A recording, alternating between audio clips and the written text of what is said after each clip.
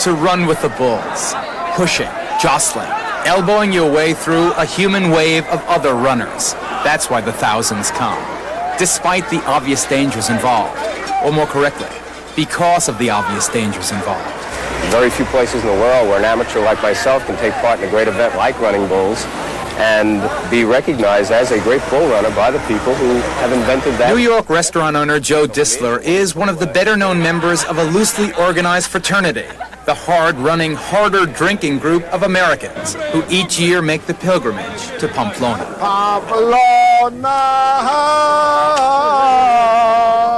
Matt Carney's been doing it longer than any of them.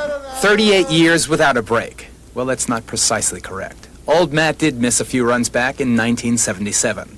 That was the year he zigged when he should have zagged, and a fighting bull pierced his leg with a horn almost 2 feet long. The last time I got wounded, I knew I was going to come back and run the next year, and I did. Why? Why do these guys risk serious injury, even death, to run with the bulls? Well, for one thing, many of them consider it the ultimate in macho experiences. It was quote-unquote a crazy bull. Robin Kelly O'Connor of Baltimore, Maryland still comes to the fiesta, but for good reason. He's given up the run. It took exactly a second and a half, and he went right into my abdomen and out on the side. The horn actually pierced your stomach? Right in the stomach and through the intestines and out again. And yet they still come, year after year, to Sanford Mead. Yes, it's true. This is one of the few things in my life that consistently, year after year, is good. This is one place that, if I'm alive, I like to be. I can't imagine being anywhere else or anything keeping me from being here. Joe Disler, the veteran, had agreed to act as guide and teacher for my first run with the bulls. The bulls to be run through the streets are the animals which will fight and die in the ring the same afternoon.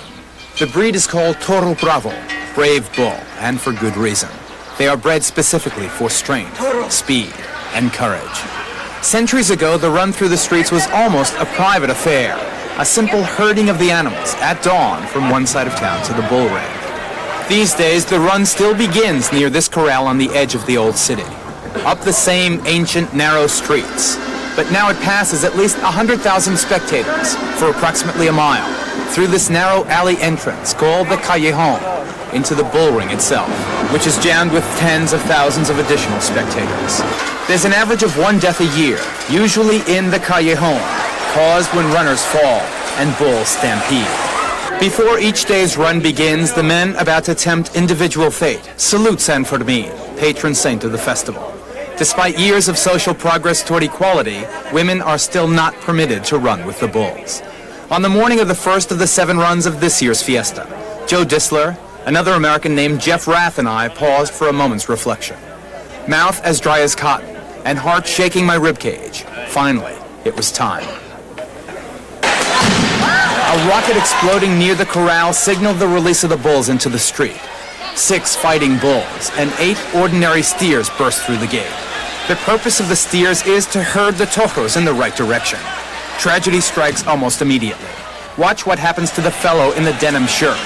Gored in the back, he is badly injured by the leading bull. The same bull, now adorned with the pants of his first victim, hits again and again.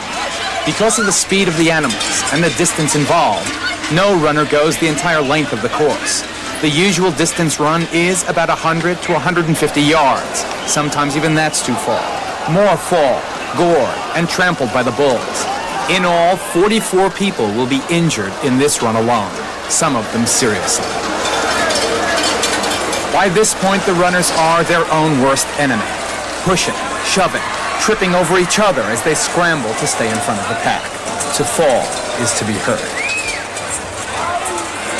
Our time approaches. Joe has chosen the final 150 yards for our run. He has done this last stretch for 15 of his 18 years. A frightened mob dashes blindly past us. For the first time, Joe and I see the animals. The yellow circle indicates where we stand waiting. Dodging the onrushing wave, we work our way close to the center of the street. We maneuver alongside. Then I fall.